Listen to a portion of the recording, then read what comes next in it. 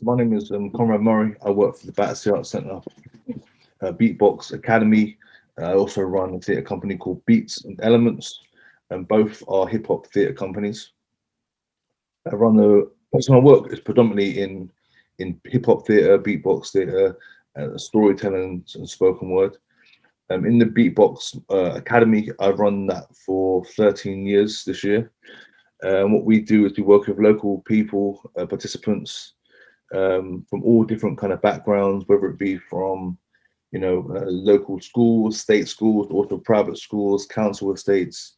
Anyone can come along. It's a drop-in. It's the sessions are now free. You come in on a Thursday and you just hang out. You make beats, you make friends, but also it's to make memories. And just hang out and go to the chip shop and just to cuss each other out. And hopefully along the way, beatboxing is a conduit to get people in. And beatboxing is good because anyone can do it. Anyone can make. Most people can make vocal sounds, and that's just kind of a start in a way to kind of the mixture of our ensemble kind of beatbox practice with beats and rapping or spoken word to put it all together. Saying that, I said that everyone, if you can speak or everyone can make sounds. We've had people come along actually and not do any sounds, but they've been not passive. They've been engaged participants in the eyes and being a part of the session, but have not said much and just been part of the shows, and that's always been cool. And it's a place for anyone to come. And one of the rules about the academy is that it's consistent, that it always runs, that we're a place for people to come, that people know they can come there and they know what to expect and what to do. So my vision for it is that it is a practice, that they know what to expect. They know to expect we're there, but also certain exercises and the techniques that we always go over so that anyone can join at any time. And that allows practice for everyone else. So we do little techniques as if the same as a singer does their scales. We do some simple foundational stuff that we all know, so we're on the same page, and then we move on and we add on all the advanced stuff. And I found that kind of practice allows for everyone to join in, but also allows us to create kind of excellent work, world-beating work, which has led to us create many great pieces and fantastic pieces over years. Our biggest piece and kind of like our big kind of like known piece is called Frankenstein. Which we went to Edinburgh Festival. We got like great reviews in London, and we've toured internationally and won lots of awards. But also what that show has done has allowed us to connect to lots of different communities. And each time we tour that show, we perform with other local kids. We give them a shot to perform at the start of the show, to do curtain raisers, and they get to perform at the beginning. So we hang out in the week and do workshops, and then we perform in the evening, which is pretty intense. But we're called the Beatbox Academy, so it kind of keeps us doing what it is that we do. It'd be quite redundant if we just went to places and said, "Hey, look, we're the finished product. We're amazing." It wouldn't work for me. We have to keep on kind of doing that wherever we are. Yeah, and we recently won a BBC film, and in the film, our participants were also part of that film. So that was part. The ethos was still there. Everyone kind of got to have a go. I guess like in the future, if we ever did any more films, a great idea would be for them to play a much wider role in the film, all the other people as more extras and maybe helping out with, or shadowing different members in the crew, or there's many opportunities for learning and actually being involved, storyboarding, that we can do with the rest of the academy. So everyone's always growing, everyone feels part of something. It's not like although it's not a kind of a star system, everyone still feels part of it. Even though there are them high marquee moments, everyone feels like ownership of that, and that creates a really cool foundation. I've also done a lot of work in Gloucester with Strike a Light, many different projects over the last few years. I think I've worked together with Strike a Light for 5 years now, which has been great. I've done some shows there, but also I've done lots of different workshops. I've helped work with their sister company of theirs called GL4, running beatbox workshops. It's led to different groups being formed, which they've put on their own performances. And out of my practice, they've developed their own things and come up with their stuff and become their own artists in their own right. So that's been really exciting. And I also worked with I guess some gangs on an estate in Gloucester as well through GL4, and we had lots and lots of success with that in just making those connections and creating those memories with the young people, and giving them that kind of experience of coming together and kind of some life affirming kind of art creation, but also just moments with people from their community that they may not have trusted before, like people in charge, producers, you know, council officers, whatever. Like for them, we're kind of the outsiders in a way, and they kind of we want to kind of bring these two worlds together. So that's kind of a bit of a background of what I do. I do a lot of different things. And this year for me has been pretty tragic. Um, we had it was going to probably be like kind of a pinnacle year in my career. Um, Frankenstein was at the Adelaide Festival, and we won the Fringe show of the year, the pick of the Fringe. Uh, COVID happened. We came back to the UK, and we had all of our work was immediately cancelled. So that's like nearly a whole year of work cancelled, and some of that was that group had put so much work into getting this work, and the academy as a whole put in so much time developing our name and our practice and this idea of ensemble hip hop theatre community built from the community and just participants and everyone. We've done all this work, and we have work. We had a tour in Brazil cancelled. We had the Sydney Opera House cancelled. Um, Many different things. I had some other. Everyone had projects cancelled. So I was going to be working at the Globe, that was cancelled. I was working with Headlong, that was cancelled. We're going to play here Hackney Empire, and Beats Elements had performances cancelled. These things were not only work; they were things that you kind of dream about happening in your life, to get to actually play on these stages. You put all this work in, so it's not only like how am I gonna eat now? It's you know wow, like everything I've ever dreamed and worked for has been taken away, just like that, like a lot of people have.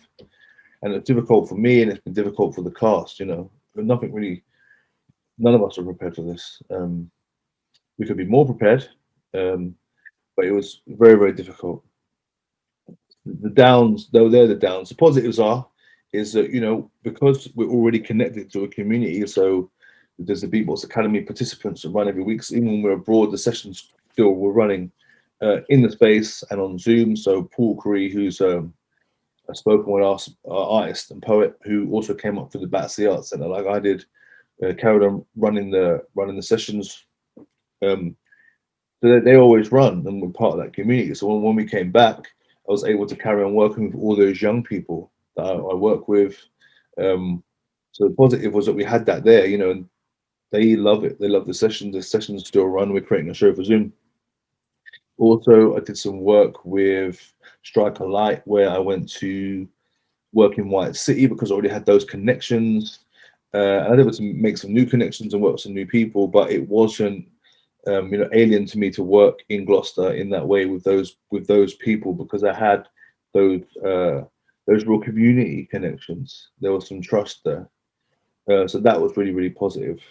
And one of our shows that was cancelled, which was at Manchester Home, which for Beats Elements and that cast was an amazing thing, um, was cancelled. So performing at this massive venue and the main was cancelled. They were so excited, but what Manchester Home did was they they live streamed the show for a live audience, so you could watch it on TV, your laptop, your phone, and it was completely live. And then the next day you could pay to watch the live stream, not live, and that was amazing. It was a stressful time for me. I actually lost my nan on the day of the day that we were going to see the show, so it was quite traumatic. But everything was traumatic. It was a difficult time, but the staff and everyone there, like they were so amazing, so supportive.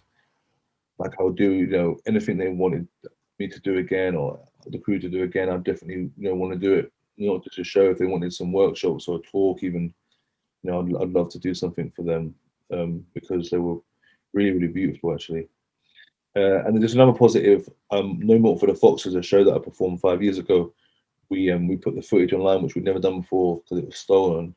but we put it online, and it got great reviews. It was watched like 1,800 times, which is a massive audience for, a show that from Camden People's Theatre 5 years ago. That was absolutely amazing. Um, and it got amazing, great reviews. To be honest, the reviews were better 5 years on now than what they were at the time, which which is incredible. And I think that a lot of the things we were saying there about class and housing and working uh, 5 years ago have become much more apparent now. That kind of divide between classes. So that was it. That was good. For me, for the future, what I think we need to do is I feel like the importance on like real meaningful work has kind of come quite apparent. People that can connect with real people, real communities. I feel like even celebrity culture is a little bit dead at the moment. No one cares about celebrity culture. We care about like real people in real lives. But why we care about someone's new handbag? I I feel like it's pivotal that we connect as artists. We're connected to real communities, and those people are able to thrive and survive. And I've noticed that there have been artists who don't work with the community, and it's been more about just kind of a shallow kind of shell of a void of a work which they practice, which they have been looking to. I need to find a community in my area. It's like a community is not an abstract notion. It's a real thing. It's people who actually exist, individuals who exist.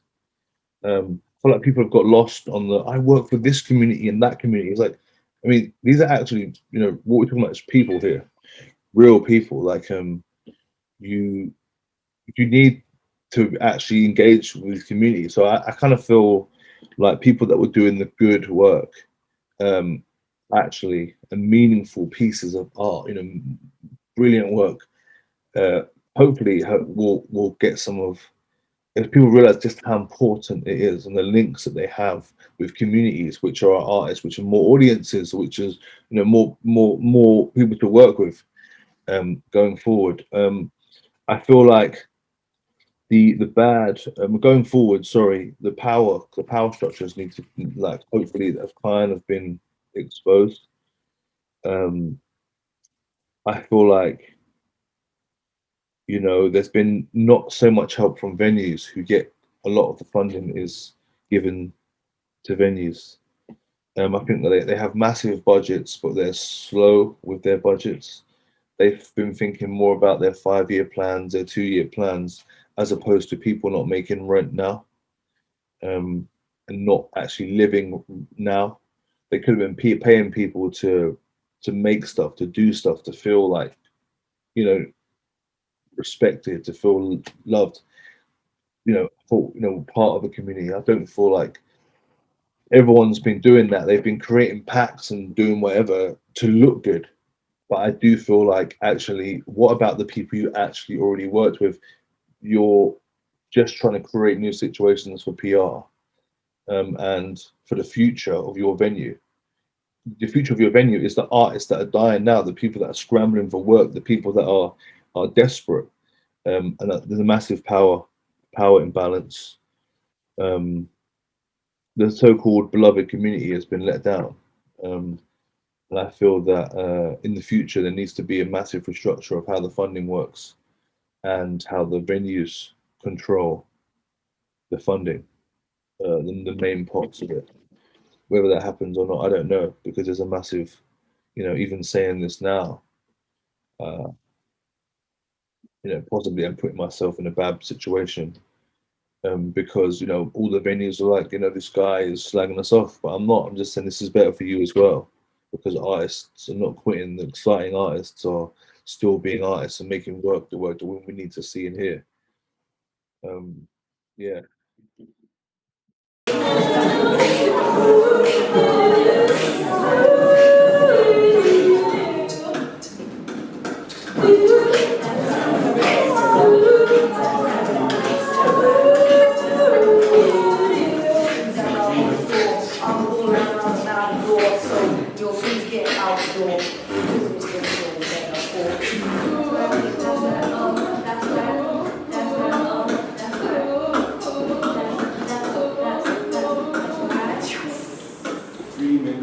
dream and believe it, dream and believe it, dream and believe it.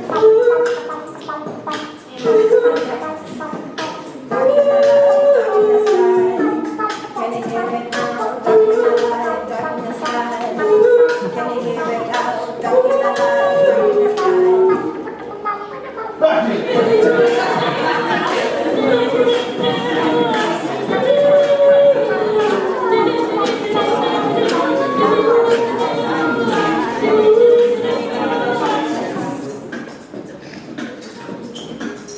Believe it.